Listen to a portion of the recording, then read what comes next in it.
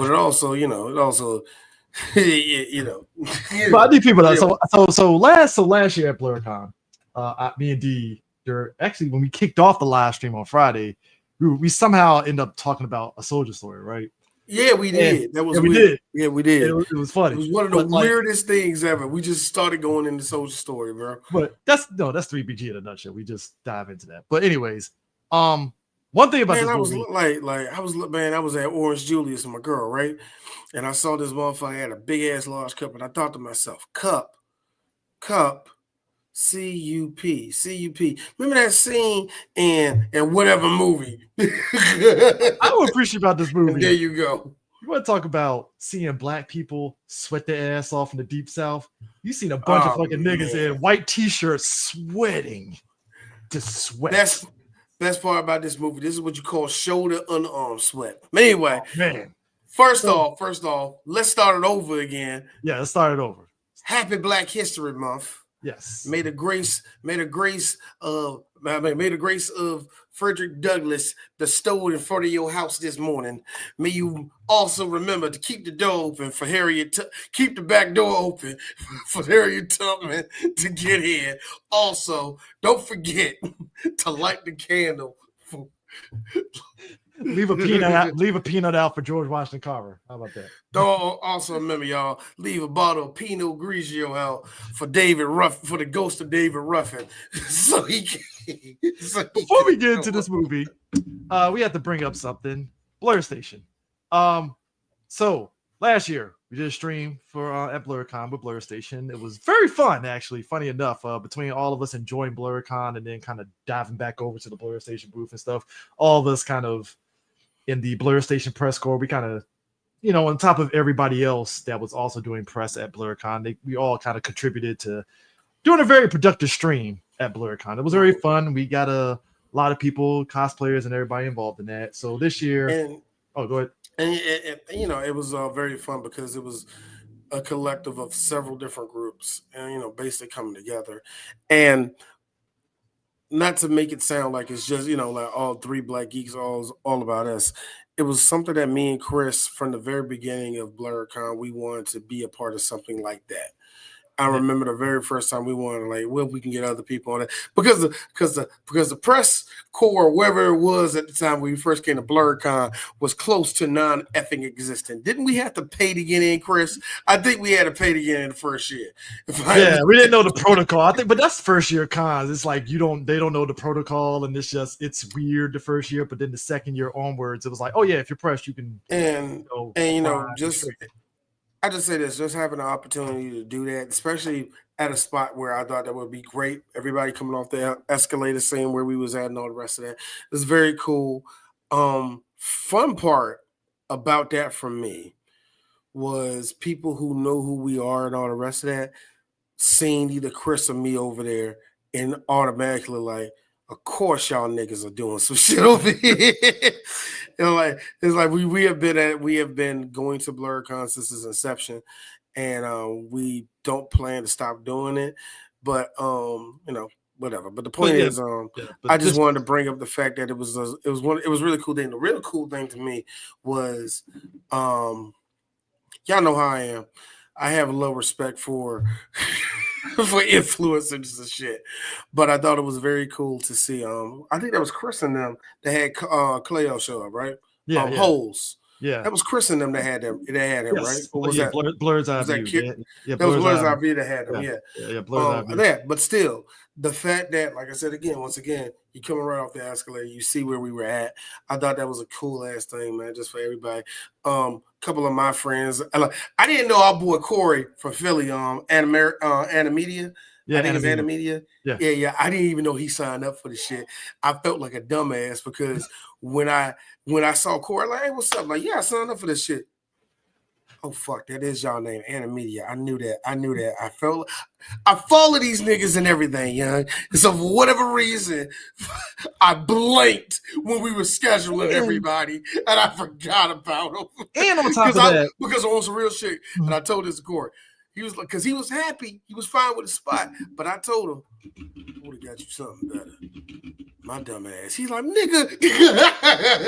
Now, I was like, he's like, you was behind that shit. I'm like, yeah, I could have helped you. My bad, nigga. I didn't do now, here's the thing. On top of that, follow the dot. Shout out to him. He surprised the fuck out of everybody in terms of really getting a lot of players on stream, and and D is it gonna was bang great. his chest on here, and D is banging his chest on this. D, the Lone Ranger in the whole group. Y'all better let this nigga in. You sure? You sure? I ain't gonna say who said what in the group. Nah and no and who is this nigga? You know who said yes? D. And I thank all of y'all in the group for going. Okay. I thank every one of y'all. Y'all open the door for that nigga. I like you, bro. I love that nigga, man. I really do. And I'm glad that because it was so funny when we finally got to see him, we told him, hey, nigga, this is what you need to do. You need to do this and this and this and this. And he followed word. He said, bet. And his TikTok is banging like shit. Yeah. I don't know how much, I don't know what that means in Trump's America, but his TikTok is banging. But just to bring this up, so this year we are, funny enough, $860 off from our goal of actually raising funds to actually get the Blur Station live stream happening. And yes, if you want to contribute to this, you have two options. One, if you have a business, or if you happen to not be able to attend BlerDCon and you have a business, you can go to www.blerstation.com/ and well, go to BlerDCon.com and you'll see the tab for live stream. Click on that, and we have different tiers that you can go into if you want to contribute on that. And through those tiers, we can help you promote your business through those different tiers. Or you can also go through at Hellspawn, well, $ Hellspawn for his Cash App if you just want to donate, $5, $10, $20 or whatever to the endeavor. Every little bit counts. We'll probably, if you're watching this on YouTube, we'll put it in the description box and stuff and all the details for that. So go for there. But yeah, BlerDCon this year is going to be interesting, because it's in the March, which is good. It's not in the hot ass summer month of July, which is great. Yeah, but I'm look. This is not the putting no voodoo curse on it because I'm hoping for the best. The best will be, it's a balmy 60 degrees. Oh my gosh! Wow. But you want to know the truth? It's gonna be a whole ass brick, isn't it? It's gonna be a whole brick outside. You said as much. You said as much. Nighttime. Nighttime. No. Here's the thing. March at night. Oh, it's a brick, straight up. Ain't no fun question of that shit. And we're by the water too. We're by the airport and all that stuff. By the water. Yeah, all that breeze is gonna cut through Crystal City, bro. Cold. Cold. There's look, Chris. This is fucked up. There's a reason why the homeless don't stay on that side during the wintertime. Like, no, anyway. There ain't no homeless people by Pentagon City Mall. That's all I'm saying. I'm just saying there's a reason why. Two reasons why. Racing, redlining. Anyway, I've been to the National Harbor. Ain't no fucking damn homeless people at the National Harbor. I got a question though, real quick, before we get off this, Chris. I got a question. So why is all like the real nasty homeless people live in Virginia, but they make it seem like PG's the dirty ones? Like I never understand that. Like Alexandria on the right day smells like a whole pee hole. Dude, and yet,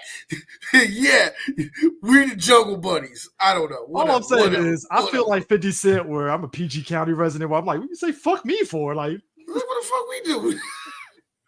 Anyways. We got a casino now. Leave us alone. I'll say this. I feel S3BG, we just run into like the perfect timing because Trump's America right now, and the Soldier Story to me, it's one of my favorite movies, and it hits really hard in this era where Trump and MAGA are really trying to erase history and go revisionist history. And what we're seeing, and you probably agree with me here, there's a segment of white people, I ain't gonna say all white people, there's a segment of white folks that really are trying to erase history to make it seem as though they weren't the bad guys and stuff the whole time. And you kind of have to sit back and admire what, like, you shouldn't be surprised they're doing this shit, but it's like, really? Y'all really trying to act like y'all weren't just pieces of shit, huh? The weird thing about it to me is history is written by the winners. Let's make that very clear. Yeah. That's It's true, but not all the way true with that, because Mhm. a lot of history still comes from people who lost their way, whatever. History comes from so many different Mhm. perspectives. So it's really hard to say that, but I don't know why I went to that. The point is, when it comes to the history of what we're going through right now, white people, this has been something they've been doing since the Civil War. When the Confederacy got bodied, a lot of people trying to change the narrative of what the Confederacy were about. And one of the main things that they said it was about states' rights. It was no longer about them fighting over their slaves. Now let's make it very clear. I make this very clear, from the person that owns the plantation to the dude that owned nothing. Because the dude that ran the plantation was like, "Don't you? They do it. They'll let the niggers out." Ooh, Ooh. and the lowly soldier who didn't own my great great grandpappy didn't own those slaves. He didn't fight for them. You know what he said? "I'll be damned if we let them slaves out and they rape my daughter and take my pig away." Mhm. That's what they were scared of. They were Yep. scared of the overrun of black people. Yep. And they tried to change that. One of the main people that really tried to change that were the Daughters of the Confederacy. They still Oh kind yeah. of existed. They still kind of exist to this day. They Uh-huh. are a very, very racist group. Aren't they the They Heritage really Foundation pray. now? Yeah, pretty much. They prey on what I like to call ignorant people. Now, you know how Oh yeah. people are racist, but they're not all the way racist. They're just kind of stupid. Yeah, You stupid. just don't know what you're doing. They're ignorant of their racism. Right. Like they realize, like, what are you talking to me, man? Like my best friend Puerto Rican Joe always let me call him wetback. Yeah, but you still shouldn't say that, bro. People of the For land, D. You reasons. know, Like there's morons. ignorance. You know what I'm saying? You know what I'm saying? There's ignorance. And then there's people that know they're being racist, don't care that they're being racist. And they Mhm. really prey on those two. They really help in those two areas. And that's why you said the Heritage Foundation. Yes, they have turned into all these little groups like that. They all Mhm. want to keep the Southern tradition. And the Southern tradition is white on top, and the niggers can stay here, but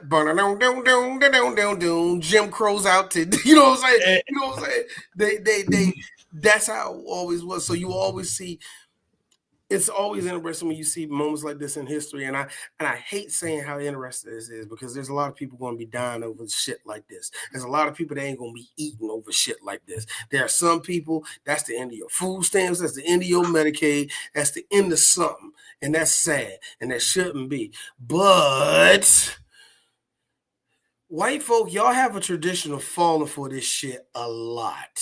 Look, there's a A reason why. lot. There's a reason All why. they gotta say is that, "Don't look, dude. The guy behind you's trying to steal from you," Mm. and y'all fall for it Dude, look, every single time. there's a That's reason it. why. There's a reason why. And I think we talked about this when the show was out. When Lovecraft Country came out, the first episode. No, not Lovecraft Country. On Watchmen.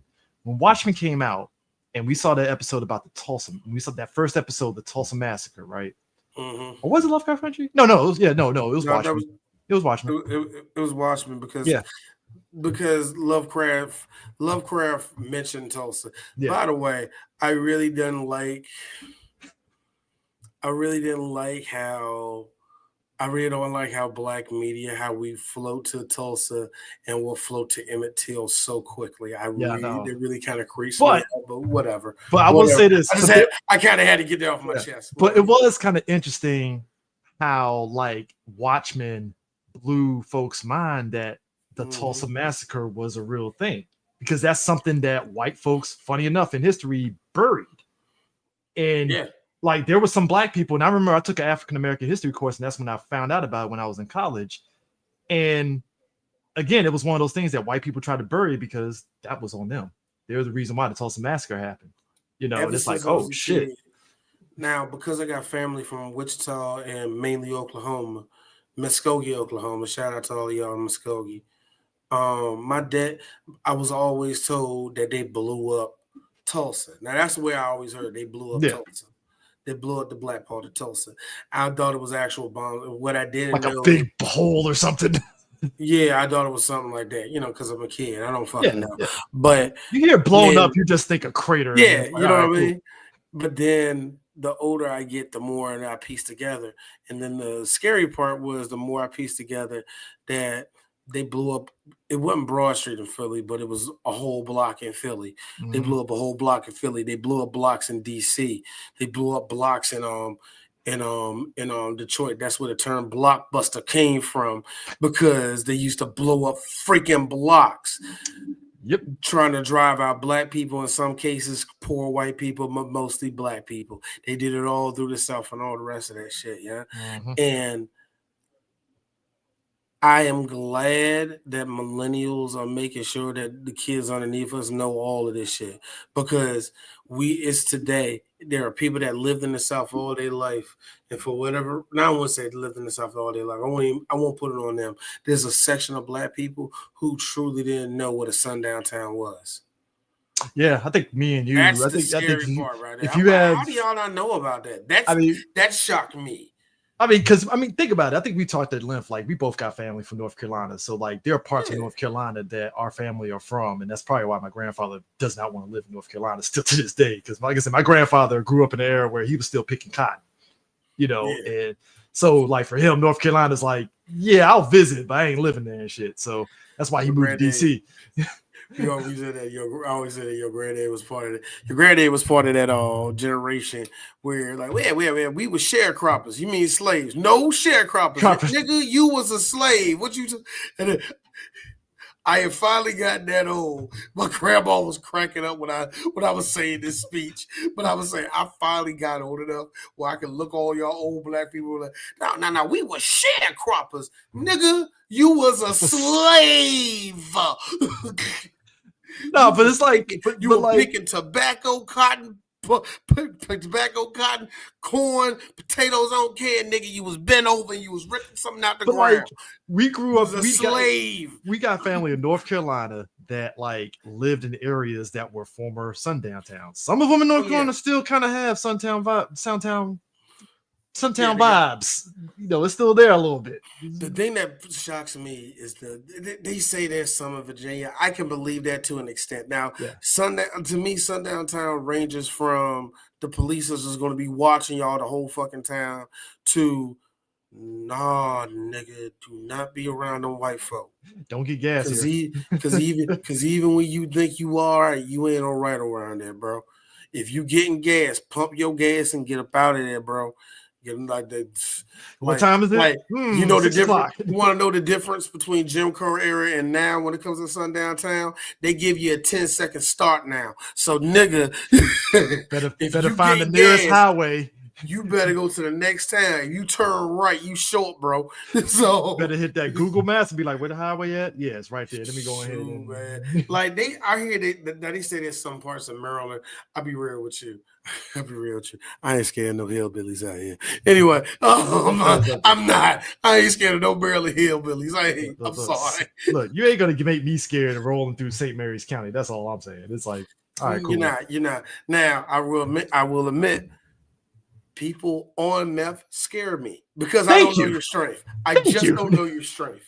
I don't know because you're skinny, but at the same time, it looks like you can snake me and just like give me the headlock and just I'm over there.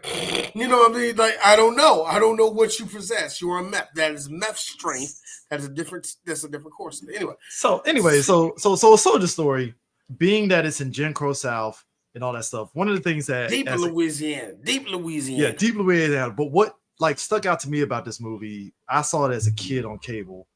What stuck out to me, and it's one of the reasons why I'm a big movie buff. My mom watched this on cable because she was sewing and watching it, and what caught my eye was like again the Black All-Star cast, like Denzel, Howard Rollins, because Howard Rollins. Funny enough, he was supposed to be like the next heir apparent of actors and stuff, and he was going to be that part of that generation that came out of the 80s of strong black actors. Oh, he was a good actor. It's just drug problems kind of kneecapped him and stuff. Adolph Caesar, if you watch Color Purple, he was that dude. It's funny. It's funny. You know what? All right. You're like, you know what? Let's stop at some of these people. Let's start the first person you just said right there, Adolph Caesar. Adolph Caesar, bro. Memorable is one of the best ways of saying this dude, man. He much like your boy Lennox in Belly. The Yeah, second he's on screen, you don't turn your head away. You know what I mean? acting. That's the type of acting. That's the type of presence he had the whole time. And that voice that come down like this and stays in your throat. Also, being the nerd that I am, Hot Wing and Silverhawks. Dog, I learned that today. Here's what blew my mind: watching Mr. Silverhawks and knowing that Caesar, motherfucker was you were a voicing. part I'm of like, dog, you were a part of my childhood. What? dude, I was a big I him, was big on Silverhawks and Thundercats, bro. between him and the fucking grandfather in the Cosby Show being fucking Panthro, that's like Panther, yeah. Yellow niggas summertime. take yellow nigga taking over. But Uh, yeah, but Art Evans, he's another one. Black royalty. Art Evans, now Art Evans just passed away recently, RP to him. But Art Evans always had a genuine acting style to him. Like you can tell that he can act, but he had like a bit of a speech impediment. So, but they kept him around because he was authentic. He had a very he had a very average black man vibe to him. Like he wasn't trying to be any sort of character. He was just a black guy that's just there. It's interesting. It's interesting when it comes to Art Evans. We have did Die Hard, Trespass. What else we did with him in it, man? We did a couple other movies with him in it, man. I forgot what else we did. But yeah, but Art Evans is always funny because you're the main one always looking out for Art. It's either you or Eris is always looking out for Art. Both of us, we were like, oh, it's Art Evans. Cool, dope. There he is. There. Actually, Eris brings him up because he was one of the police people in Metro, Eddie Murphy. Yeah.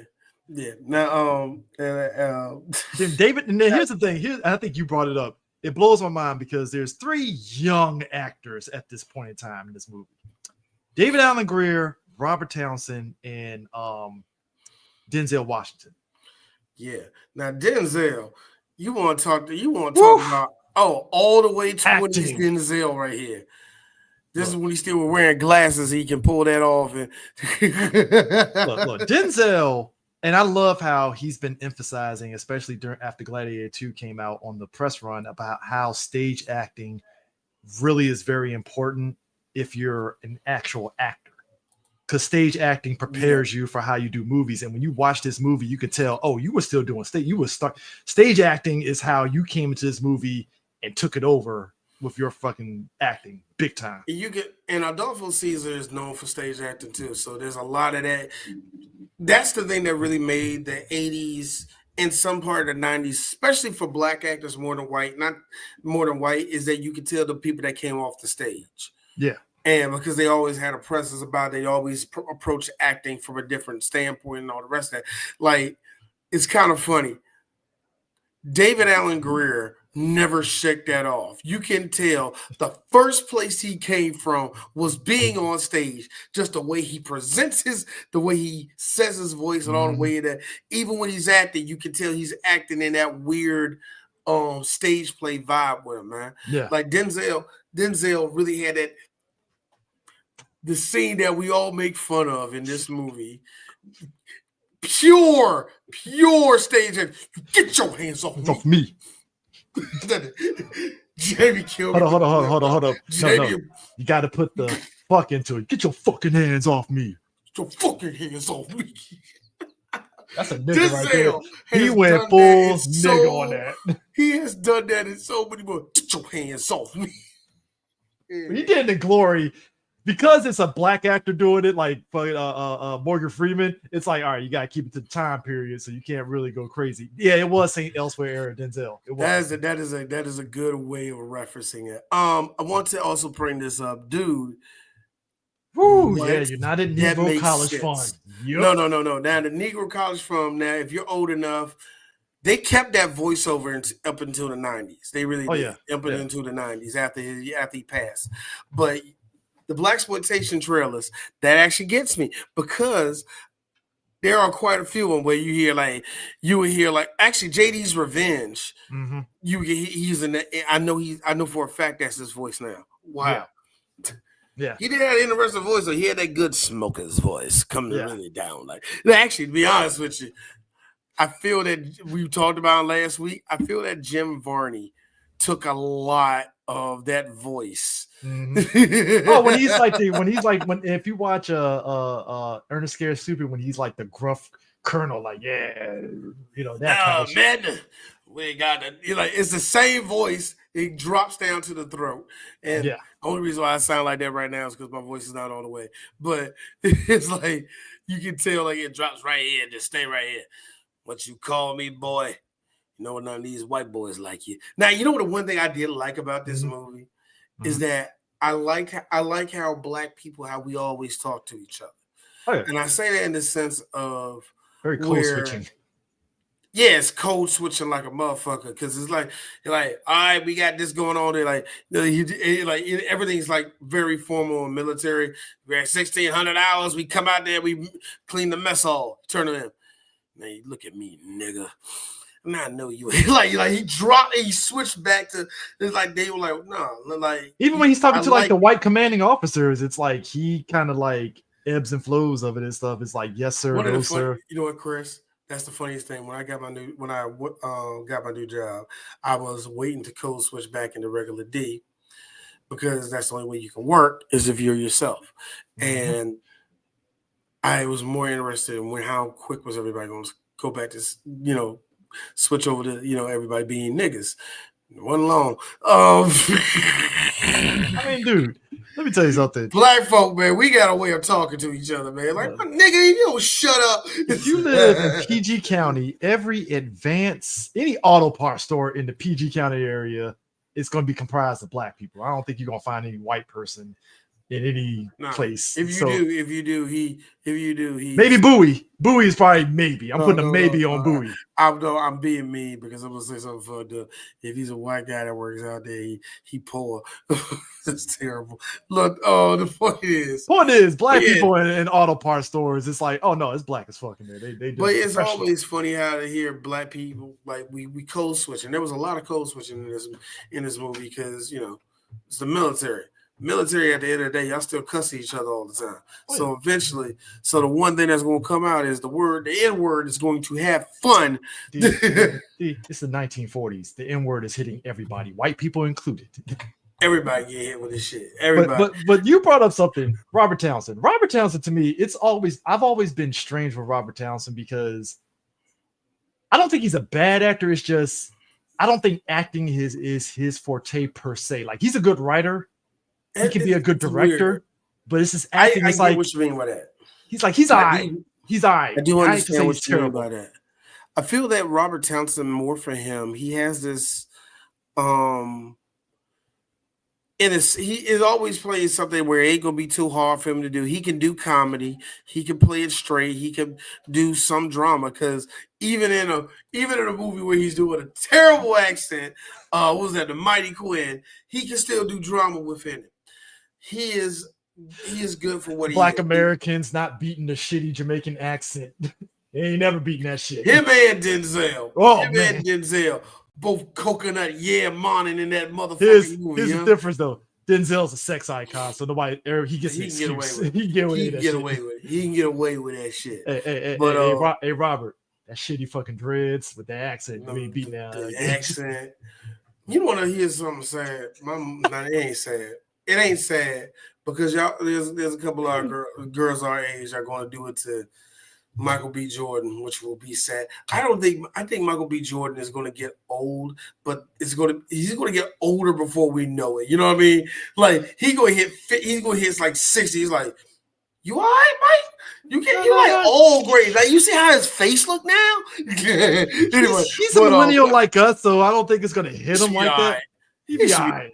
But I'm just using him as an example. Oh, yeah. Even if he did, women will still be on him. So I still sit. I guess, but Robert Townsend was. I didn't. As a kid, I didn't hear no woman going, "Ooh." It's like, you know what? Robert Townsend got he's cute. I don't know. Probably. Think about it like this. Think about it like this. I would like to think he did. So that's all I can say. When you look at 5 Heartbeats, right? Nobody was saying, "Oh, Robert Townsend was the sexy." No, they went to fucking what was it? That was Leon. That was Leon. Leon and Michael Williams, man. Yeah. Both of them, everybody loved them. Yeah. Michael Wright. Yeah, they did because Leon and Michael Wright had the bad boy image and stuff, and that superseded Robert Townsend being the nice. Is that hard? As her pussy got wet. See, I can't even sing stand up. I can't go higher in my But voice. past that, there's a couple other actors. One of them, John Hancock. He's a black character actor that was in a lot of stuff, TV and movies, as just the guy. Like you see him in a movie, like, hey, it's you. All right, cool. Like it just is what it is, And then William Allen Young, who is Moesha's dad from Moesha, that guy. Yeah. Before that's Larry Riley. Now Larry Riley, R.I.P. Larry Riley. Yeah, R.I.P. to him. He passed away not too long after this. He was a part of Knots Landing. Yes, he was really on that. Yeah, he was a part of that show, and he had a bit of a buddy career. He died of I think if I'm mistaken, HIV. Yeah, I think he died. I think it was HIV. I think. Yeah. So he was also a part of a lot that wave of actors that were dying from that too, man. That was a big wave. Yeah, the 80s was wild when it came to HIV awareness, and like when you had people dying, especially black men dying from that, it's like, oh shit, like this is serious, like this is an epidemic. Hold on. Let me see. Yeah, he was HIV positive. Yep. Like we said before, he had a drug problem, and he eventually went to rehab, and he had HIV. He was just HIV positive. Yeah. But he had a budding career that was about to actually go somewhere, man. But as we said, it's actually just sad.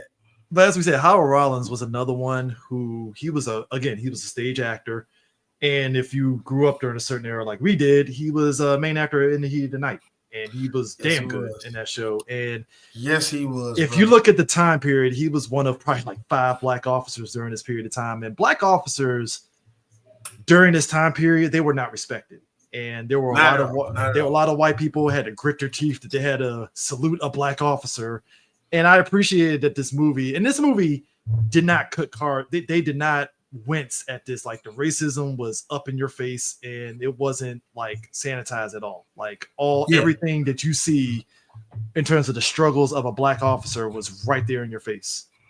And I think that was one of the cool things where I seen him get off the bus, right? Like you see him coming down there, he get off the bus, and the first thing I noticed was, just his uniform, right? He had regular those aren't Charlies, right? Those are what are those? Those aren't Charlies. Those are forgot the name of them motherfuckers. Whatever when he came off there, the first thing I noticed was his insignia and all that. I was like, oh my god, he an officer. Captain. I was like a captain. And Robert Townsend's like, yes, sir. All right, yes, sir. And when I'm seeing that, it hits me. This motherfucker ain't seen nobody above a sergeant. Thank you. Like, wow. Your drill sergeant is the highest ranking person you've seen. And you see a black JAG officer. We have to specify this. He's a black JAG officer too. So this one is also one where we can flex too. He came down from Washington, D.C. Where you from? Washington, D.C. So where you went to school to? Where you went to school? Howard University? Yeah, all right. He had this look on his face like, Howard University. Like, how did you afford that? He's like, how can you afford a fancy smashy school like that? He go, my dad was a mailman. Nigga, it's college. He had that like it's still college. What are you talking about? But college was like $100 to go to back then. Come on now. But also that being said, white people weren't used to an educated black person. And an educated black person was a dangerous thing because the one thing I've learned from a very young age, and y'all see it to this day, the white man don't like it when he don't like getting outwitted too much. Good example. And the reason why we feeling it the way we're feeling it right now. Remember when Don Lemon simply asked the Elon Musk a question, and Elon was like, no, people like me. I did a lot of big things. I'm good. And Don just said there, are you okay? When he said that, I was like, we gonna feel it. I Oh don't know no, what dude. we're I gonna would do. even I say don't know if this nigga. I told myself he gonna build a Gundam. He gonna build something that's gonna first hurt off, this D. world. First off, D. I just want to put Because this. Don Lemon didn't even have to write. He didn't. You know how black people, how we tell white folk off. He even had to do it. You did it for him. First off, this is an Elon slandering podcast for a moment here. Oh Just yes, to it tell you is. this right there.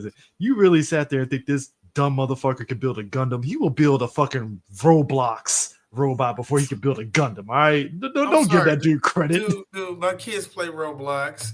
My sons actually make Roblox games. That actually takes coding and time and patience and Okay, intelligence. fair. That's something that nigga ain't got in all of that. Okay, he ain't got in all of it. If he does, it don't have it all at once. Elon Musk will make a battle bot before he can make a Gundam. All right. That's the thing that killed me. White folk don't like being crossed too much. So you had this black man show up down there, Professional, by the way. professional with everything he said, not coming out of his mouth, but he already know the deal off the break. Why y'all not let me do my job? And the main reason why is this, and this is actually a key component of the story. Mm-hmm. Because the army because the army don't want it to be out that a white officer killed one of the black soldiers. Because if that happens, that's going to be a riot. Now the chances of that happening, these are going to say about 70-30 because there's a 30% chance that the soldiers won't go do nothing. But this was back then during Jim Crow. There's a good chance a brick was going up somebody's yes, head. it was. So bear in mind, folks, I want you to understand the tension here. You're talking about a time period where black soldiers, like Dee pointed out, they could not fight in the war effort. So these are some of them actually, they even say so themselves, they were actually former Negro League players. And they were basically busted down to just being basically glorified janitors in the military. And it is weird because this is actually a real thing too. A lot of them got shipped over to certain regiments because they had strong baseball teams to go around and entertain all the fans. They basically used them as a part of the USO, if you want to put it in that weird type of way. It was. They kind of were a part of the USO. Fucked up USO, but yeah. Yeah, where it's like, we ain't gonna have these niggas fight for us, but we will have them entertain us. Hey boy, why don't you go out there and swing that bat now? I say that, and I say it like that to also bring up another element of the situation. Now, where are all of them at? And what you're dealing with when you got Sergeant Waters, Caesar's character. With him is that he is under the restraint of also being responsible of bringing these men up. One of these men might mess around and actually stay in the white man's army and actually might do good and might be a good upstanding Negro. The rest of y'all niggas are just gonna go back to wherever the hell y'all is and drink yourselves into a corner. And I could care less. But some of you are going to make it, or the model Negro. And I ain't talking about the model Negro because you do what you told, you are you sharp, you actually do your job. We ain't talking about Rollins' character. I'm talking about the clown. In other words, he was on pure Umar territory. In a group full of black people, we all have to do it. And I hate doing this because Umar has a real point. If we are all in a room and there's 50 black people in the room, you know at least 5 of them are coons. Oh yeah, I mean, come on now. And coonish people are either know they're coons and they're just yes a massa, and then they're the clueless coons where it's like, well, all I do is go out there and I box real hard. Everybody love me. Yeah, I can swing a bat real good and go far. Yeah, you're a clown. Entertainer. That pisses off Sergeant Waters. He can't stand Negroes like that. So burying the lead here. I mean, we're gonna be all over the place. I ain't gonna look, hey Chris, I'm gonna be honest with you. I kind of feel that way about Floyd Mayweather, so I understand where he kind of comes from. Another reason why I like this movie is that it's like what we know of Sergeant Waters. It's not as clear cut as we think, because we think up front he's just a fucking asshole. But then, like, there's a point in the movie where you understand why he is, and what happened was during World War I, him and his men were in a club, and what happened was around a bunch of white people. There was a black soldier that came in there and dressed up as a monkey and was entertaining all the white people in there. And Yeah, Waters he and his let soldiers got him and slit his throat. Because it's like, you did that shit and embarrassed the fuck out of us black folks. You got to go. And at that point, that's why he's so hard on the black soldiers. It's like, yo, like it's, I mean, fuck. When he says that, I was like, okay. damn. Okay, we got a lot. We be black people. We all got cousins. We all got uncles, aunts that talk big shit. Mm-hmm. They talk big shit about that. They always talk about certain people are a cancer to our race and all the rest of that. We all of us have our own ideas what it is and all the rest of that. Mm-hmm. There's this weird thing, and it's actually I will say this. Shout out to Norman Jewison, the director of this movie. Yeah. He did a really good job. Excellent He director. did the Sidney Poitier interview tonight. He was actually directing. Yeah, he did that too. Yeah. Jewison's a really good director. We talked about it during Malcolm X, even though it went to Spike Lee and it should have went to Spike Lee, and thank God it went to Spike Lee. Yeah.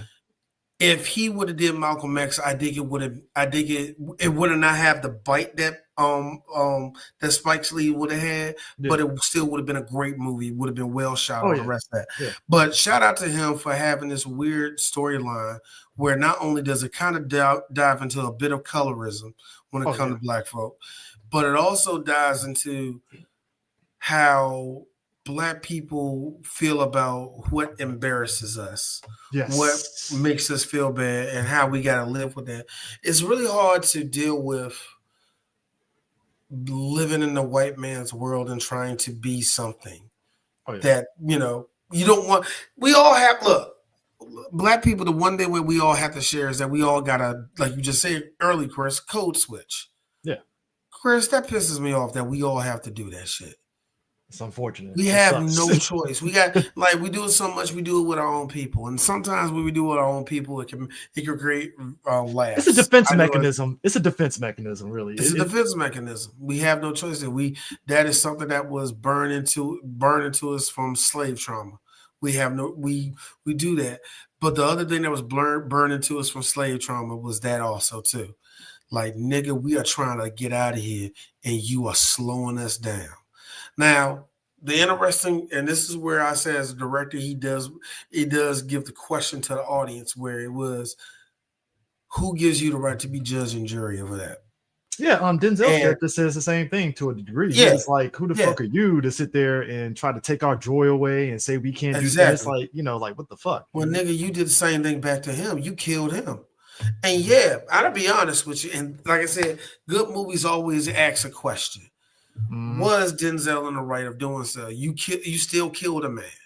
Yeah. You still killed a man. Killing is killing, regardless of the reason. Is killing. You can't get it out. You can't get it away. Now it does pose the question: was killing him almost on the same level as him trying to kill CJ in this movie? On the same level, you got rid of somebody that wasn't fit for the Negro race.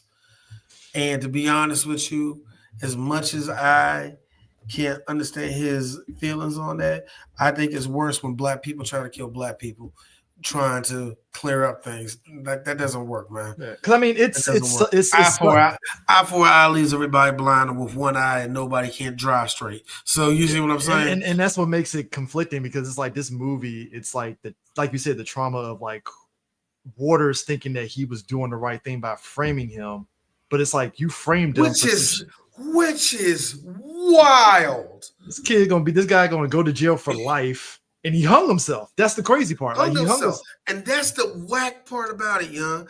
They knew. Now, again, the white everybody, all the white officers, they knew about what Waters was doing. But just real talk, white people, for one of the few times they actually mind their goddamn business and was like, "That's nigga shit. We don't know our what business." you're doing." Hey, look. You want to know the truth? These boys is about to play the Yankees. Yeah, they If were. they won their last game, they would have played the Yankees. Yep. That is a big thing. That would have been a cool thing. All the extra stuff. We didn't care what the fuck was going on. But all we know is that they find out is a white person, they gonna freak out. But what they did know was that he had talked to two white people, two white soldiers that night. He actually had a confrontation with them, and hands were thrown. And one of the people to throw hands, and D is finally happy I can talk about this white man. I know a lot of you don't know who this is, but some of you definitely know who this is. Ladies and gentlemen, D likes to introduce you to one of my favorite C-list actors of all time, Mr. Wings Hauser. Ladies, I love me some Wings Hauser. The sci-fi movie god of the 1980s is right here in front of us, y'all. He's like, you know, my thing with Wings Howard is that I always saw him on TV shows, so that's kind of like how I know him outside of this and stuff. Funny enough, this is the second movie because technically we talked about it in Tales from the Hood. He was one of the racist officers. Get out of here! He was in Tales of the Hood. Yeah, he's one of the racist officers that the zombie senator killed. Well, that's funny because I was joking as it's the first time I heard him say. Yeah, that is. Hey, Cole Hauser's. Yo, you have your dad's face, buddy. That is your. You have your dad's face all through it. Yeah. Cole Hauser, I'm not even joking. He does one of my favorite horrible movies. Is a movie we're never going to do. Probably you and me might do it, Chris. What? Actually, I gotta talk to Prime because a part of me feels like he's a big fan of this series too. He was in the second Beastmaster movie. Now, the second Beastmaster movie, he was Arklon in the second Beastmaster movie. Arklon had to be one of the worst villains of all time. But Wings, every time he was on camera, all those in sight of Arklon shall die from Arklon. I know that it was like, that didn't make no sense. But I said it really loud. His superpowers didn't make any sense. It was awesome, man. Look, only thing I remember from Beastmaster 2 stinks. Only thing I remember from Beastmaster 2 was that Ferrari, a tiger, and fucking Mark Singer. That's about it. No, my bad. Carrie War. I was kind of. No. Carrie War was in the movie. Hold on. James Avery was in the movie too. Wasn't he? Yes, he is. I forgot about that. He was like an FBI agent or something. I don't remember. But yeah, he was in that. Yeah, you just said that's Cole Hauser's son, father. Now, here's the fun part about that. We said not too long ago, we stand for Cole Hauser here at Three Black Geeks. We actually stand for Cole Hauser. Cole Hauser should be a bigger star than what he is, but I'm glad him being on Yellowstone got a lot of women going, hey, fat boy, what's underneath that? I'm glad. I'll say this about Cole Hauser. Cole Hauser. You know what it is? Cole Hauser, and you'll probably agree with me on this. Cole Hauser plays like the rugged white. He plays a rugged man that women like. Yeah. Unlike his dad, like you can tell that his dad was pretty boy. Yeah. Oh, you are not lying on this, sir. Vice Squad, sir. Woo! Yes. Vice Squad, a movie that I ain't gonna fake is another. Sounds like a band podcast right there. I've been look. If this is a plane, I've been looking down at that every now and then, like, Vice Squad. No, but I'm still thinking about you. And again, no. But Vice Squad is a movie I think Three Black Geeks one day should talk about.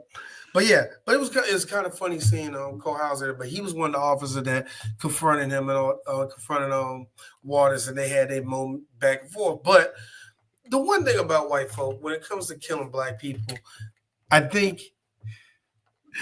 always think white people confess to killing black people, but there's always a cop and like, all right, I can make this work. There's always a cop that can get him off of it. So that's the way I always see it. So if they killed him, they would have said something. They was like, nah, we left that nigga on the side of the road. And that's what they did. They left him on the side of the road. I'll tell you another white actor that you probably seen before, but I'm very familiar with. Trey Wilson. Yeah, he plays. Now I remember him because I watched Raising Arizona. He was the rich guy that was the father of the was it the quintuplets or whatever and shit that Nick Cage stole. Yeah. He always knows I how to play. He gives off. He knows how to play like a rich Texas oil kind of guy, vibes and Them stuff. Dimmadome ass vibes ain't come from this motherfucker. Yeah, I love it. I spit chewing tobacco. I say, boy, Yeah, that a kind lot of of shit. that is really a lot of that really. But yeah, but the colonel, of course, stayed in front of him, trying to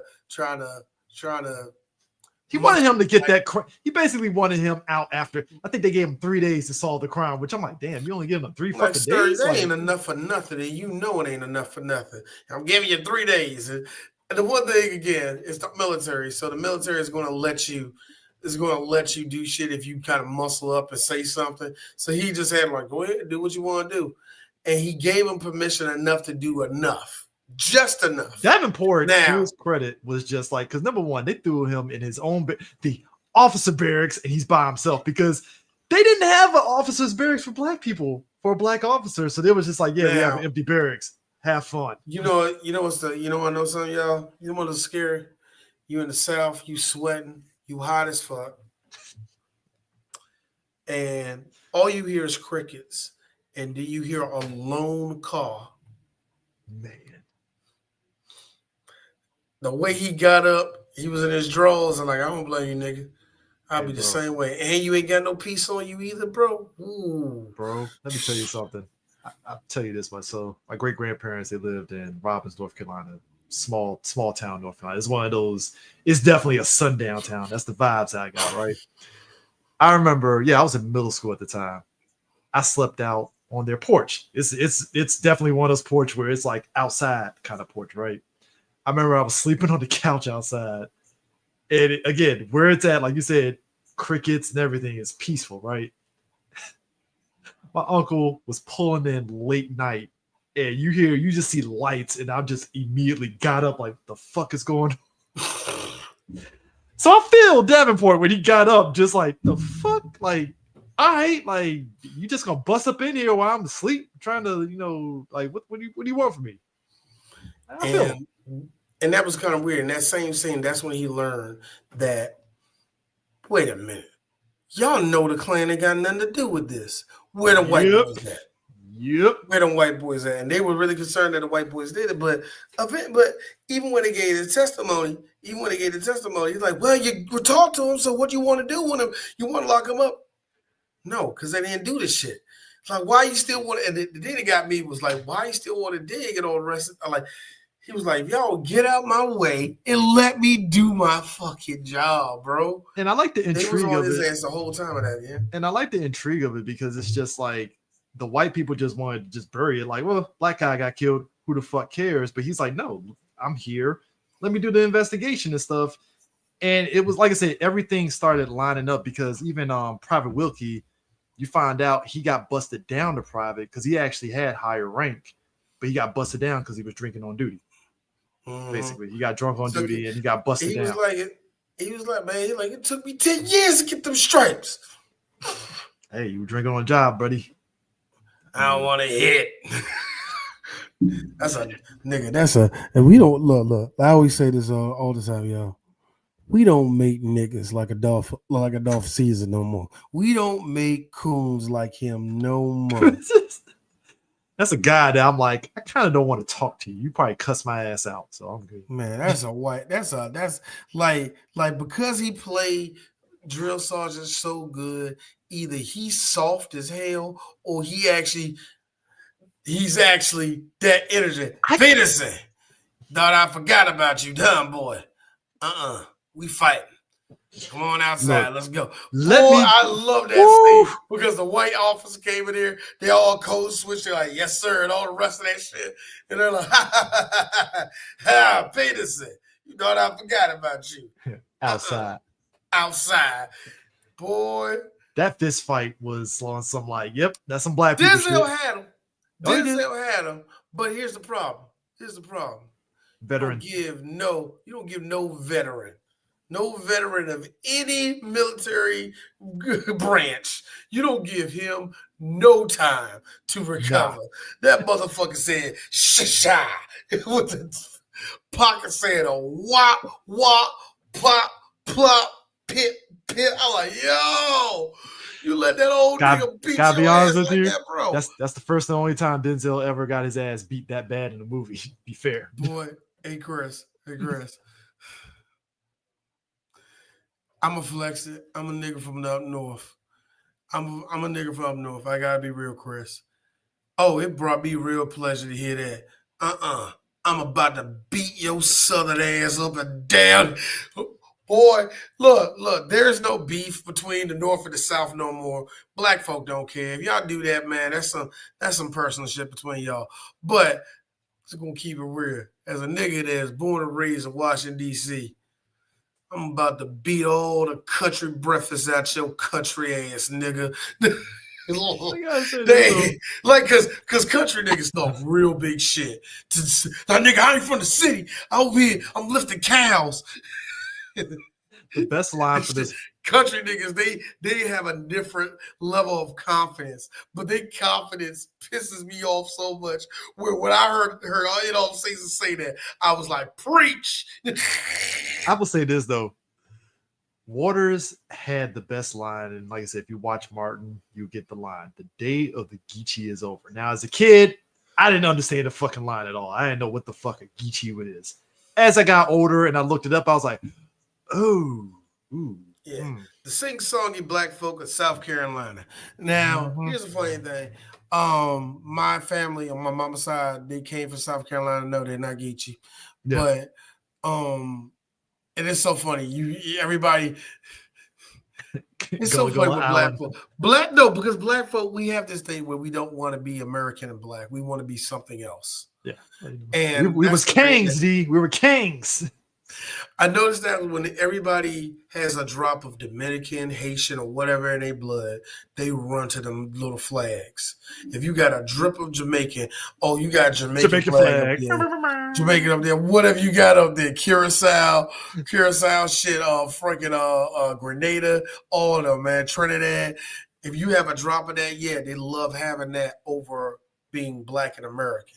So the one thing I've noticed when I grew up, I don't know about everybody else, but I noticed anybody that's from South Carolina, or at least got people from there, they want to be Geechee so bad. Oh. Because Geechee, I give it up. The Geechee people have such a beautiful culture. I was there And for it's a wedding still on the island. in America, that's amazing, man. To have a black culture that distinct in America, yeah. You know what I mean? So I yeah. went to a You've wedding. been to a Okay, Geechee wedding? so my girl's mom, she was getting married, and we had to take a boat to this island that Wow. was like Geechee. Like it's a Geechee island. It's actually an island. It has a general store and everything. See It's a what I'm very talking isolated. about? It's a very isolated island. When you go there, it's one of those. I can see myself being here for a week and just Hey chilling. Chris. You know, Hey Chris. South Carolina lost all the votes that came out of this county. I mean, but no, we That got. being said, but go ahead, y'all. I'm joking. But knowing the history though, like they actually had like there's an old church there. That's where her mom got married at and stuff, and it was actually Wow, like really? yeah. If you had the island, I think you had dog. That's cool as shit. Oh yeah, it was interesting being there, just knowing the history and all that stuff there. And so like seeing like Memphis, who is from that, private Memphis, he's from that island and stuff. It was tragic seeing the fact that like Waters kind of did him dirty like that, and then boom, he hung himself in jail, and it's like, oh damn, like You had this dude who was really full, and that's the one thing a part of Geechee culture that is actually there. They some singing ass niggas. oh yeah, You know what I'm yeah. saying? Look, So- you were right when you saw Patti LaBelle at the beginning of this movie. It's like, yeah, we about to get some prime I Patti can see LaBelle and Patty had two songs in this movie. But the thing I always forget about Patty LaBelle, this is 1984, number one. yeah. And number two, I think people forget this. Patty LaBelle is a 10 as a performer and a 10 as a singer. She was the precursor of Whitney Houston to me. Because Patty, don't get it wrong, Patty had a fucking voice that can just kill everybody. She was the precursor to Whitney There's a Houston, reason who why. was a straight up chopper. You know what I mean? There's a So, reason why that versus what was it, Patty and who was it? Who the fuck was in the verses? Patty and Gladys, yeah, Patty Gladys. and Gladys. There's a reason why that shit was fucking dope as hell. It's like, yeah, you about to get some prime singing in this. I like how we all made a joke. Who the first one going to sit down? Who the first one going to take their wig off? You gonna I kick think the shit? Patty was the No, first. no, I think Patty, who was the first one to go kick their shoes off? Patty was like, Patty oh won shit, it. I I lost think that bet. Patty won all of them actually. I think Patty took a wig off. I don't remember. Nah, but you're right. Like Patty, she's on 10. Hold Patty is all the Pat. Like I said, I think we all forget that. Like it's so kind of funny. Like I can get into arguments and real good arguments about how good Mary J's voice is, Rihanna's voice, Beyonce's voice, or whatever. I don't see. And no offense to none of those three women who are all right. those three right there are giants. They're not perfect tens. Love Rihanna. Rihanna's my queen. Her voice is better than her performance and voice are like at the same level. Beyonce's a way better performer than she is a singer. Also, Like real quick you see about what I'm Rihanna. saying? They're not both perfect tens though. Also, look, I love you, Rihanna. I get that Disney back to Brinks truck to get you to do a song, but that song for Wakanda Forever, that was the laziest fucking song. Lazy. And I'm glad as a people, we all admitted that, but at the same time, we were all in solidarity of get your money, Rihanna. I love that. Money. We love Like that. Mary J, like it's so funny. Mary J. Blige, like I said, you can question her voice, but her songs are good. Oh yeah. You can question her performance, but the second the stepping starts, Oh yeah, it's like, oh man. like I said, you can question her performance, but when she starts that stiletto stomp, oh my god, I'm sorry, that's the most New Yorkish nigga thing ever, and I love it. But yeah, like we forget, like I think a lot of us forget that Patti LaBelle is a queen for a fucking reason, I mean, you get her which and to get her in a movie like which this is wild. Which now she said she caught me off guard because I know her and Luther was very tight. But she mentioned something. So like, go ahead, Luther. When she said in the first song, I'm looking for Luther Vandross. Now, if he did the track where he was playing the piano, I don't know. I didn't look it up. But I was looking at the piano, so that was Luther Vandross. Like, not I am. I was just making sure. Speaking of which, I know some people saw that Luther joke and they hate Patti LaBelle now. Leave it alone, nigga. This year's over. I'm sorry, Luther been dead for 20-some years. It's over with, bro. And I'm kind of with Patty. Nigga, we all know you gay. What you talking about? If you don't come out the club. Real quick, something else too. It's a little bit of a trivia thing here, and this is why I like stuff about these movies. So Bill Clinton was governor of Arkansas during the time period this movie was made, and he actually got the Arkansas National Guard to help out for some scenes in his movie, like especially like the marching scenes and all that stuff. I didn't know that until like I looked that up, and I was like, oh shit, like all right, cool, that's actually pretty dope. Weird. Well, that's a weird bit of trivia. I know. I mean, look. Number one, I forgot Bill Clinton was governor, and I was like, hold up, I forgot. Yeah, he was governor, and then boom. So they did this. So that being said, they filmed this in Arkansas. They didn't film it in Louisiana. Yeah, they probably filmed certain parts in maybe in Louisiana, but I can see the They probably had like yeah. But here's a funny thing. You know what? The one thing I do love about when it comes to nature and comes to trees and the atmosphere and the whole thing is like it's weird that some parts of the South all look the same, but some parts of the South don't look the same at all. It's so funny. There are parts of North Carolina that look exactly like parts in Alabama. Oh yeah, you know what I mean.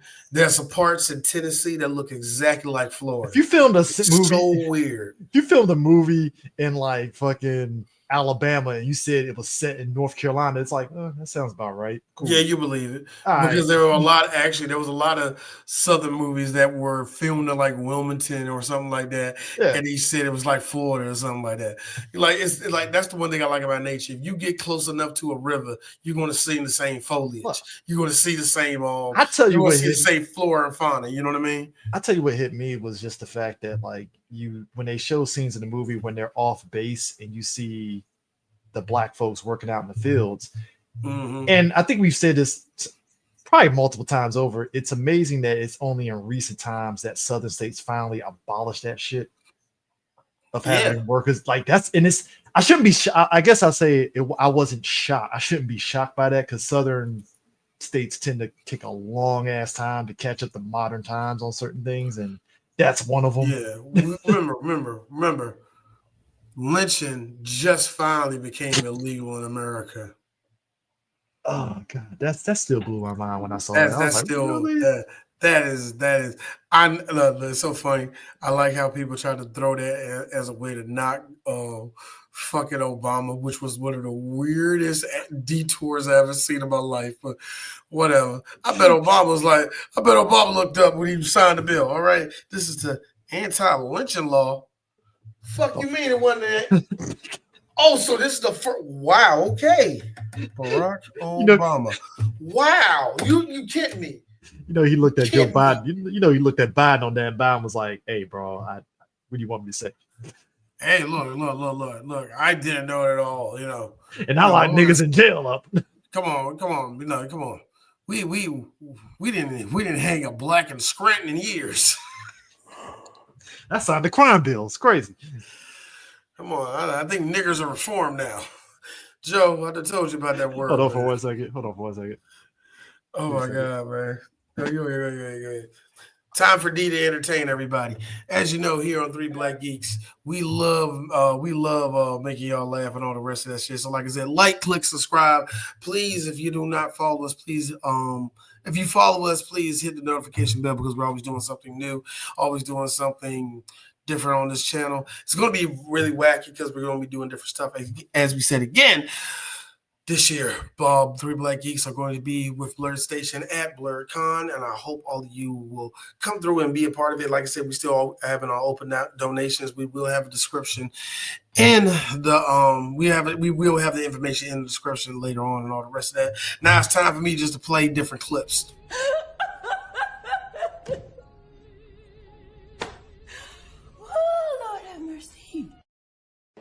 You bet your sweet bippy I did. So that also being said, I did want to throw out there that because when it comes to people leaving, Three Black Geeks this year, it's only going to be in the first part of this year.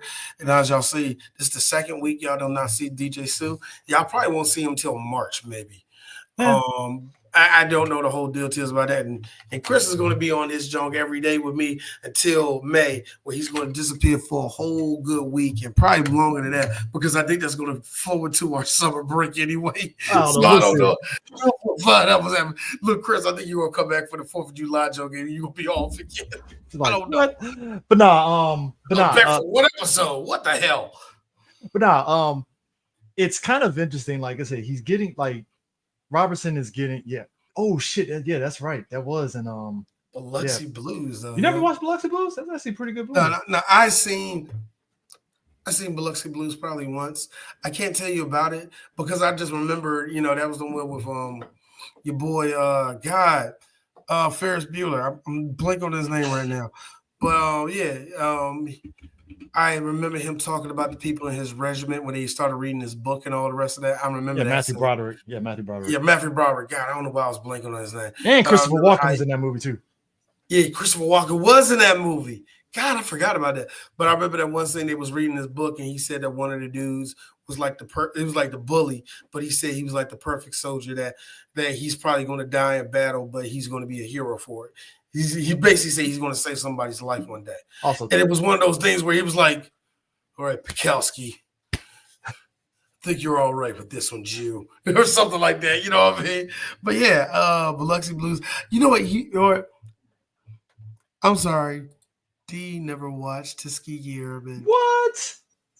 It's a dope movie. I seen the 2 Walter Mosley books that were made into movies. It was the Lawrence Fishburne one, and it was another one too. I think they were both. Not Maybe One Holler. It was the other one with. It was Everywhere. God, my dad read that book. I forgot the name. I read it too. It was, but Isaiah Washington was in it, and there was a couple other people. He was a former convict that had to get a job, and Exactly. Yeah, I seen a bunch of those, but I never seen Tuskegee Airmen. I Oh know yeah, it was yeah, yeah. Tuskegee Airmen, but I never watched it. That's actually really good. It's Yeah, I wouldn't mind. it's what Red Tails was trying to aspire to be, but It's never really hit the funny. mark. I wouldn't mind us doing that as a review because if we were going to do that, if no, because because there's one HBO movie I do want us to do, and it's Gotti starring Amon DeSante. Oh No, yeah. starring the Amon DeSante Gotti Okay, movie. I'm about to Good yeah. Gotti movie, and our boy is in it. Anthony Quinn is in it, and I'll bet Chris. I skipped it to the best scene where they're all at the table. It is some. It's this, Eric. It's this, Chris. It's some good. It's some really good, authentic fucking Italian. Even though Amon DeSante is Cuban, but good fucking Italian. It's some great acting, and I'm like. 3BG have to do this one day. I want us to Gotti for a minute. But if we do that, man, I would love to do Tuskegee Airmen because I know always that's outnumbered. praised by everybody. Always outnumbered. Thank you. Yeah, but I would love to do Tuskegee Airmen because everybody says it's a classic. I just never watched it. But nah, like Robertson's whole thing with this movie was like Davenport's whole thing was he's trying to get to the bottom of it. And once he kind of talks with Wings Hauser and figures out like, okay, something isn't adding up because they did punch the shit out of Waters, but clearly they didn't do anything. All right, cool. Because it's funny enough, Wings Houses and them knows that if they even do anything past shooting Waters, then they're going to be fucked. Yeah. So it's like, all right, we'll punch them. That's it. They know it will be all right. Even they know it will be all right. Yeah. White people, to their credit, I will say they know there's a line. And granted, some of their dumbass. We can't kill this nigger. We gotta let him go.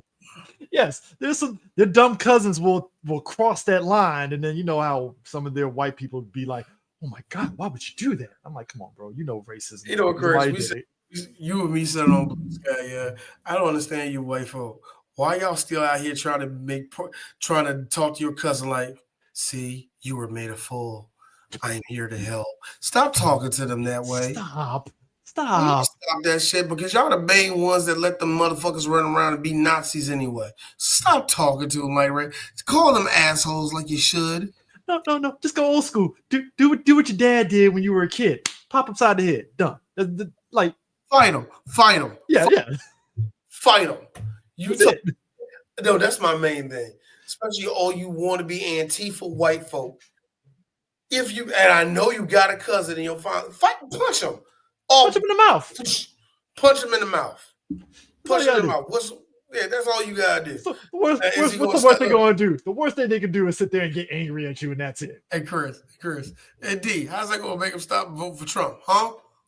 I mean, you know what? I mean, look, we already saw a white kid turn his dad in for January 6th, and he was like, "I gotta move."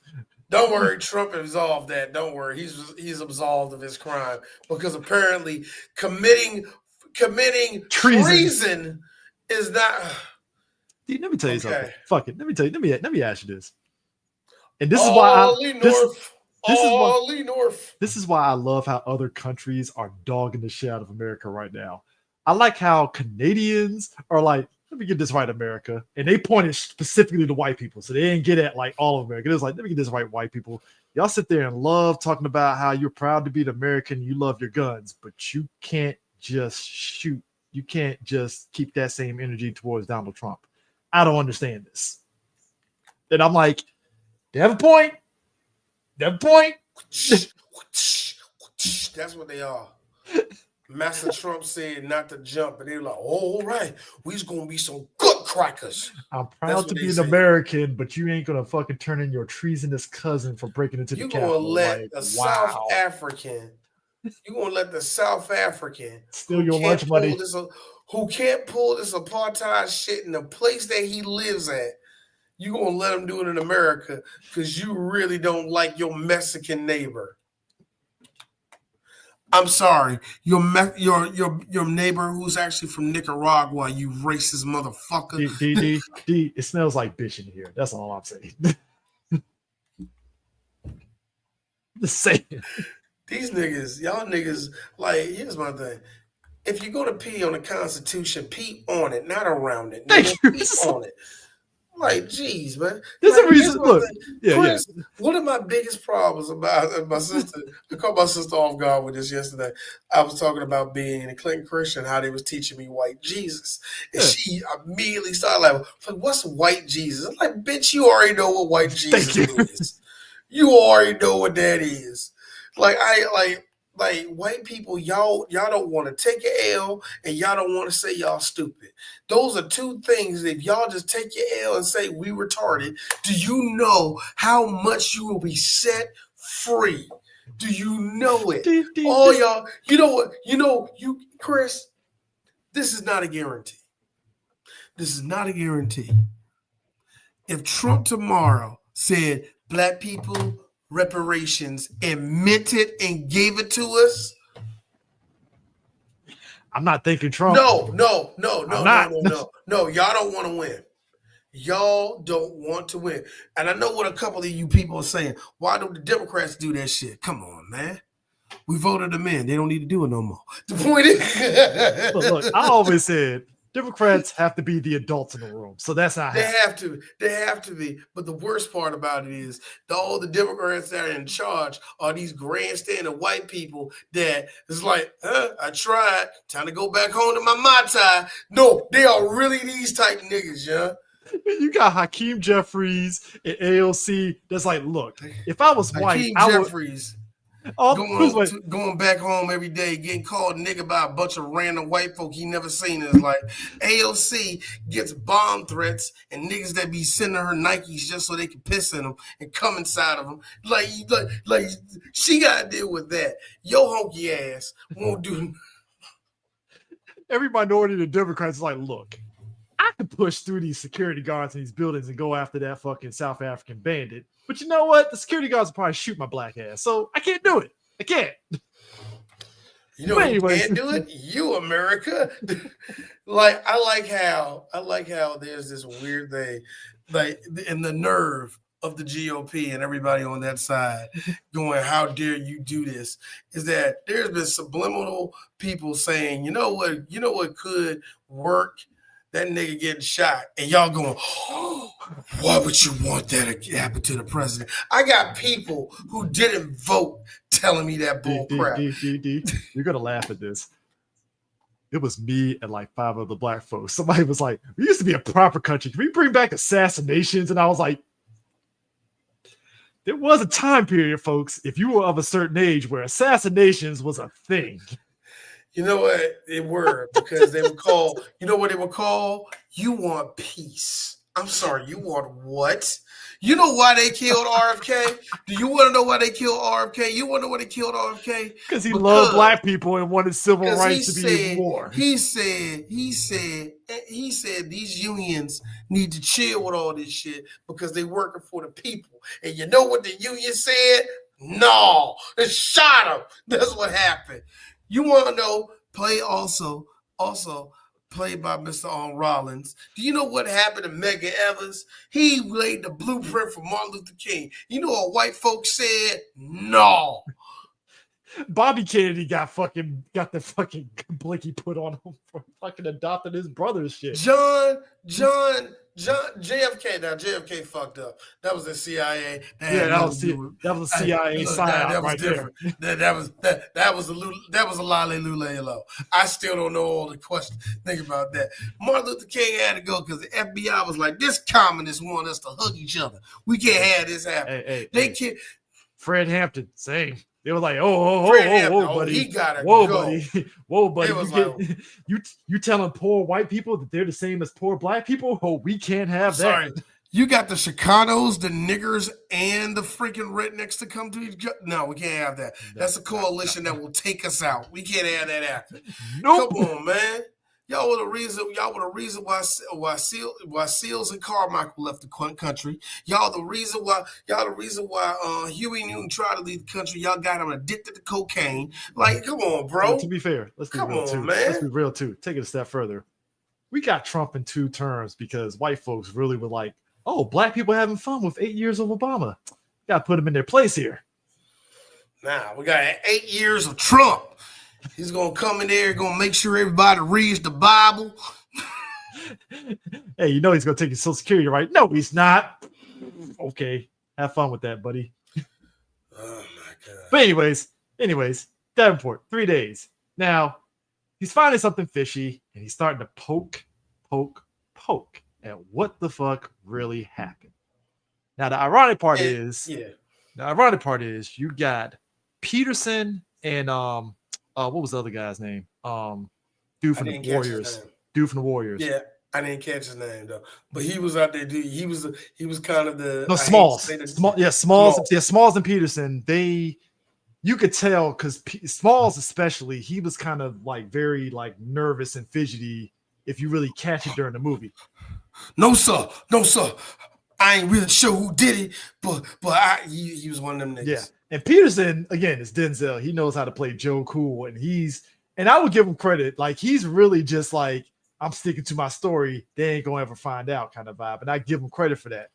And like when Davenport finally like starts poking and prodding around, he ends up finding out like basically because of what Waters did to Memphis, that's why Peterson basically shot, because the whole crux of it was the black soldiers weren't allowed to have guns, at least in the sense of like they only had the guns that they were issued.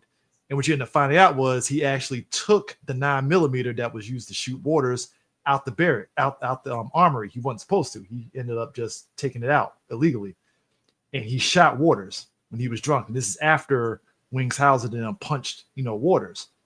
Mm-hmm. And basically Waters being drunk was just talking cash shit to Peterson and Smalls. And Smalls kept telling Peterson, hey, man, just leave it be. And Peter's like, nah, fuck this. And boom, shot his ass. Like, they still going to hate you. They still going to hate you. They're still going to hate you. And now, and that's the interesting thing what Waters was saying. Of course, when men are drunk, they're going to start telling the truth. And the thing with him, what Waters hated, he hated himself. You can tell that he hated himself. And one of the things he hated was that he said it. I did everything my daddy told me to do. What the white man tell you do this, you do this. You do this, you do this. You can tell that he was raised by proud black people who were like, we're trying to get ahead. So this is what we got to do to get ahead. You can tell that was installed in him. But you can also tell there is and this is something that a lot of black people fight with. I had a moment like this in my life, I don't know about you, where it really was, the fuck am I doing? These white folk ain't gonna respect. I feel every black person has a moment like that. Yeah, and that's the thing that hit him. He's like, I did all this for what? Y'all ain't gonna make me now. I'm still a sergeant. Y'all don't give a fuck about me. It doesn't matter. I ain't gonna get nowhere closer to the white man and all the rest of that shit. And that's the struggle that black people deal with, man. There are black men who, I would say, I'm boosting your head, but there are black men like you, Chris, who are working their ass off to get up, something. You know what I mean? Yeah, just to get something. And what do we all have in common? And this is the reason why black people, even when there's financial gaps in wherever it is, we all come together on one thing. We got to deal with white people's bullshit.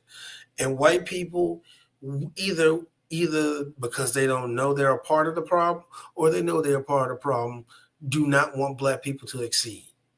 They don't want us to succeed at all. And we all have to hit that wall where it's like, what the fuck am I doing? And you can see that in him when he was having that little speech. But he was telling Peterson, you just like me. You're going to be doing the same shit. Yes, sir. No, sir. I did what you say, sir. And you just going to be the same. You just going to kill me off of what? They still going to hate you. You get rid of me, nigga, guess what? They still going to hate you. And that's kind of a very sad thing that black people still have to deal with to this day. I mean, but you look at even if you do them, nigga, they still gonna hate. But if you think about the time period, though, like we said at the start, like these are black soldiers that wasn't allowed to be part of the war effort. So it's like you kind of understand why he said that, because it's the futility of, damn, I'm in the army right there. It's like I want to help my country out, even if my country fucking hates me, but I still want to be part of this effort, and they're not allowing me to be part of that effort. And when you And when you have that with Rollins coming in there being a black captain and nobody ever seen a black officer before, and at the end of the movie, right at the end of the movie, before he caught Peterson, they're shooting off flares. Why? Y'all going to war. Yeah, y'all going over to Germany. Y'all going to fight in Germany. Mhm. And they're excited. They're like, "Oh shit, yes!" Which is a very interesting thing because even in World War One, we was impressive, but in World War Two, black people showed their ass off in the war. A lot of the reason why, and I say this with pride. My family wasn't part of that. I think a part of them was probably, I don't know, but a lot of black people, the reason why their family is was because y'all came through the military, because that was set by your granddaddy that came out of World War II. There's not a lot of black people like that. Some of those families broke apart because you know how this country is. But the ones that stayed there, you stayed there because your granddaddy set that shit when he came back from the war. Look, And that's a beautiful ass thing, man. But you think about it like, and you kind of see that at the end of the movie, it was showing that times were actually changing. oh yeah, I mean, because you can see that theme in the movie though. I don't know if you saw, and that's despite the whole time you seeing Peterson that know there's a wall, seeing Waters that know there's a wall, and neither of them can get past that shit. And at the end of the movie, we're going to war, and there's a black officer right there. It's like time goes on. Time. I mean, because even the white guy, the colonel, was like, "Huh, Negroes going to be going to war. I guess we might see some Negro officers." And then that's when Davenport was like, "Well, you're gonna have to get used to it." You know, I look at me like, yeah, well, you going. And the one thing I loved about Davenport, the whole movie, was, white man, you gonna let me do my job or not? I'm trying to be professional about this. Like, I don't care if it was Roosevelt himself. Well, guess what? Roosevelt said I'm down here, so you gonna let me do my job. Because you got two choices. Either you lock me out or you're gonna have to deal with Washington. And I know you don't want to deal with Washington. But one thing, and he G-checked him twice. Mm-hmm. See, if I was a white soldier, I wouldn't do that. This has nothing to do about you. Then let me fucking do it.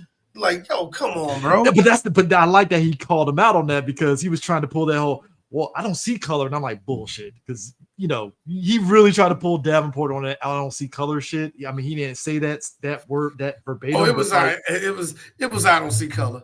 I know that speech when I see it. It's I don't see color. It's like, what are you talking about? I would did it. I'm like, bullshit. Come on, like don't play. Don't play. I mean, I've been with these colored soldiers for this long, and y'all shut up. You still can be racist. I mean, it kind of reminds me. I don't know if you watched that new movie, the 6888 that came out.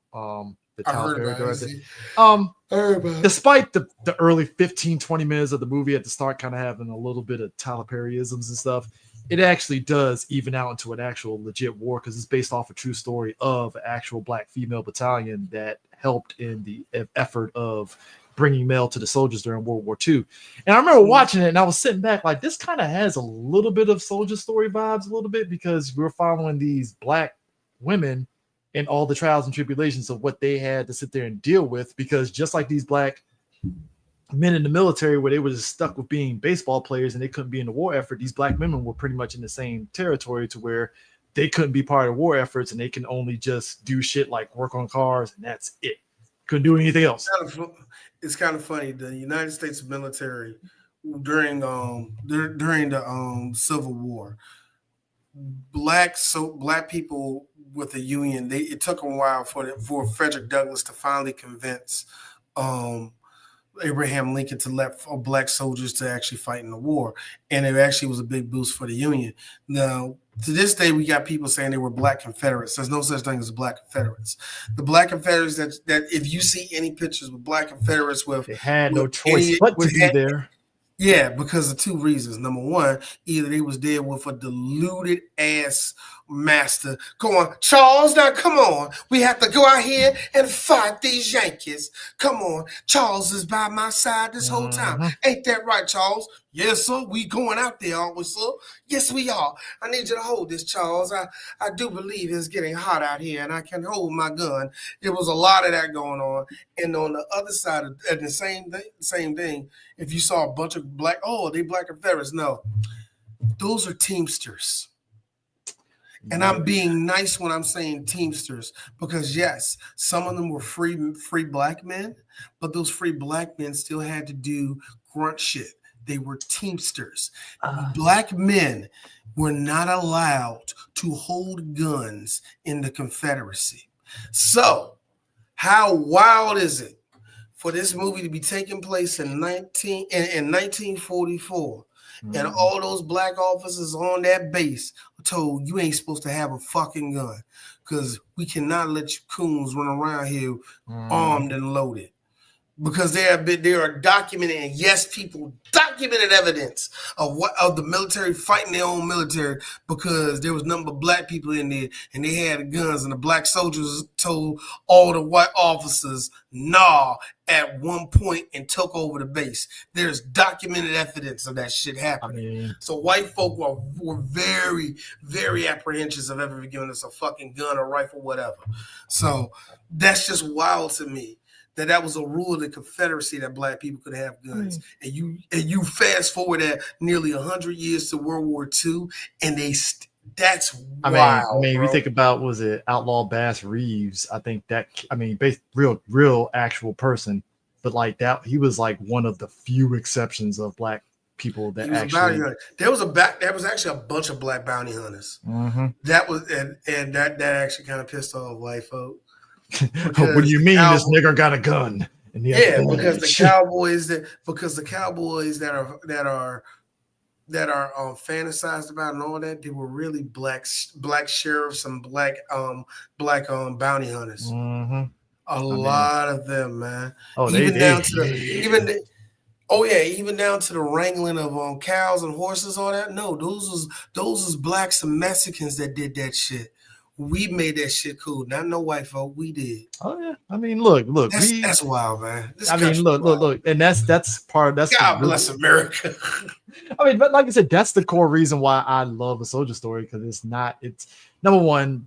There's no bullshit white savior. There's no like that one white guy that's like, I love black people. None of that bullshit. It's just I want you to get to the truth. There was none of that. No, there was none of that shit. It was like, no, we're gonna give you, this is what it was in the 1940s. It's very unflinching, and hey, you're just gonna deal. That's just what it is, and that's why I love it. Because even down to the end, when he finally gets to the truth, it's like, okay, they're going to jail, and the war effort is starting up, and black soldiers are part of it and stuff. And those white officers are like, well, shit, I guess black people are part of the effort now, and okay, shit, I guess race is on. I can tell you right now, one of them said this: the fuck is this world coming to? We letting coons fighting our damn army. Niggas is gonna turn the guns on us. Which I'm like, if that's what you're afraid of, you know they did. White folk do that now, man. Can't have too many black officers in this area. All right. As somebody that was in the military, there is something to be said about like black people in the military. It's just like you said, you're going to get your black guys that feel that they are the exceptional Negro to the bullshit and stuff, and then you got us as black folks that are just there because it's like, look, I'm just here so I don't get fired, dog. I'm not rah America. I'm just here to get paid, bro. Not like hoorah, none of that shit. I'm just here to get a paycheck. I'm trying to get my charger. I'm trying to get a house. And I got a family. Like, I'm just trying to just maintain, do my 20 and retire. Like, the fuck, like, exactly. And that's something that I think a lot of us black folks that were in the military. I mean, hell, you can ask my grandfather. I ask my grandfather right now, did you join the military because America? Nah, I just money. Like, I just opportunity. Yeah, opportunity. This is as simple as that. Just opportunity. That's what a lot of us did it for. Yeah, now it takes on a different connotation. And even back then in the 70s, even when Vietnam happened, that's when a lot of black people really started questioning the shit. Oh yeah. I mean, we talked about it. We talked about it in Dead Presidents. It's just several different movies we talked about. Yeah, but yeah, a lot of black soldiers is like, I don't know nothing. Like, I didn't know Vietnam was even a place until y'all told me. You know what I mean? That type of ish. Vietnam, the one war that white people definitely wanted to try to erase, because that was the first time America got punched in the mouth. Mollywop. That's A Soldier Story. Kind of sucks that unless you buy this movie on Amazon Prime, if you're trying to get a actual physical copy, it's a bitch and a half to fucking get. I would say this movie doesn't get brought up a lot, and I was asking myself watching this why, like, it gets brought up enough to me, Yeah. but at the same time I'm wondering why does it not get brought up more than it should, because this is a really good film. I don't know why. Maybe just the popularity of the movie just wasn't as high as I think it was. I think The Walking Dead is probably the one that people forget, and that's a I don't think nobody knows Walking Dead that much. The Walking Dead is another one that's really good. The names that are in that movie is like, I'm sorry, who was in it? Because I know Phil Morris, Alan Payne's in it. I know your boy Morton's in it. Joe Morton, yeah. Tyron Turner was not in that movie. I don't think Tyron Turner was in that movie. I don't think he was. But yeah, that's a movie that's stacked too. But again, it's got like much like Clockers, only it's like that's a level 2. That's Eddie Griffin. Eddie Griffin was in the movie. Yeah. Actually, much like Monty Sweet too. Yeah. Actually, you know what? No. And Bernie Mac. Bernie Mac is in there. Yeah, Bernie Mac was in there. I think actually it's a level 3. It's a level 3 because I think The Walking Dead is on the same level as the Fear of the Black Hat. I mean, and Sugar Hill is almost on that same level, but I think Sugar Hill's in a level 2 of black ass movies. But yeah, same thing with all this movie too. But yeah. This is Soldier Story. I'm glad we did it, bro. I know you really, really love this movie, bro. And I'm glad we actually did Now, I will say this one little tidbit though with Denzel. Again, this is one of Denzel's earlier movies. I think this is coming off of Mighty Quinn and such, so he's still kind of early. Apparently, Denzel didn't really think this movie was going to do well until he actually saw the final cut of the film before it got released, and he's like, "Oh, well, shit, I feel dumb for not believing in this movie." But I mean, like I said, you're talking about a stage actor. And then he's doing a movie. And I think that plays into like what Denzel has said recently about like, hey, if you're an actor, you want to go to do stage first before you do a movie. Because when you're doing a movie, a director is more influencing how you're acting versus when you're on stage, you have to be the one that actually does the acting. And I'm like, that makes sense. So that might went into why when he did this movie, he's kind of like, think this is gonna work because you're having me do this acting a certain way, and it's like, all right, cool, yes. So, yeah, I think that's what I think. Yeah, you're right. You're absolutely right. I think it's one of those things where he just wasn't used to it, and I wasn't able to do what I want to do probably, and he just felt that it wasn't that great. Yeah. But Soldier Story, it's one of those movies that actually got nominated for 7 Academy Awards and won 5, including the Best Picture. It won Best Picture? Yep. Get out of here. Dead ass. Wow, I didn't know that. Yeah. Wait a minute. Yeah. It won? No. It got, my bad. It got nominated. It couldn't got nominated for Best Picture, Best Screenplay, and Best Supporting Actor. Like I'm about to say, man. I was about to say, ain't no way in the world we would never hear the end of that shit. You know how black people like to reference. You know how we like to remember shit like this.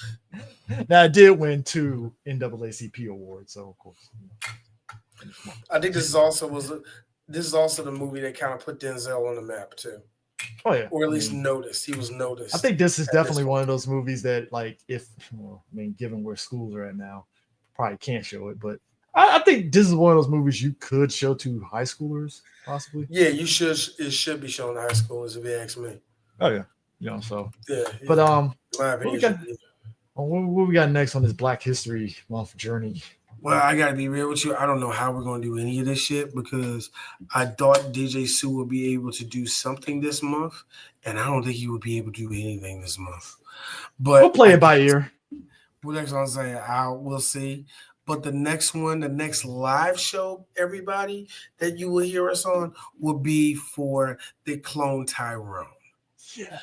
That would be the next live show. Now I can't tell you if we're gonna have a show in between those because we're still planning to do Django Unchained and Do the Right Thing.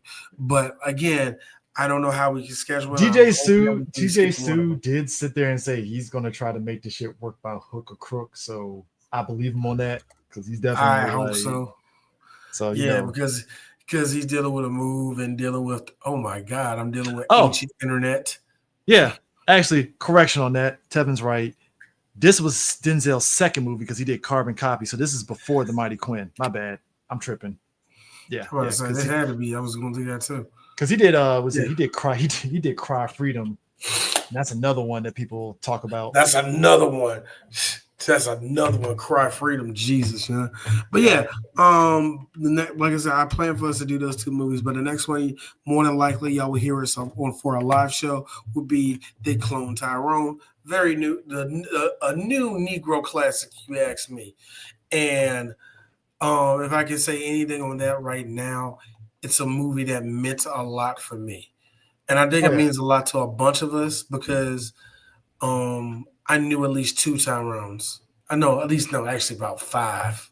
I mean, I think knew that about movie, 5 Tyrones. That movie surprised a lot of folks because the trailers, to its credit, I will give the trailer this.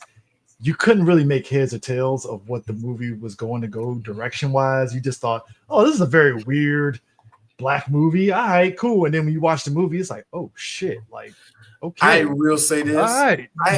I hate every one of you new niggas that got hired by one of these white outlets to say that this movie wasn't all that great. I hate every one of you coons that sat there and was like, yeah, it's good, but what's this speak to the African Americans of the day? And it's some fucking Zoomer who's like 22 years old and only grew up around white folk that's saying some shit like that. That but whatever. As a nigga that has grown up around a bunch of Tyrones, I felt that whole ending, Chris. So it was like, I felt the ending where it was like, damn, nigga, ain't they clone Tyrone, and everybody turned and looked at him. I say I felt that because good example, real quick. We knew a dude that went to Full Gospel that was murdered. We both knew that. Yeah. And I swear to God, I was driving around that same part of the neighborhood.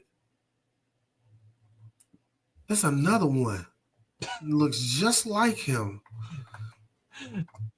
Now you think they clone Tyrone they clone Tyrone might be really on to something. But anyway, that's the next time you'll hear us live. Like I said, hopefully the next show you'll see that will be up on our YouTube page and everything else will actually be Do the Right Thing. So anyway, we'll see y'all next time, y'all. Peace.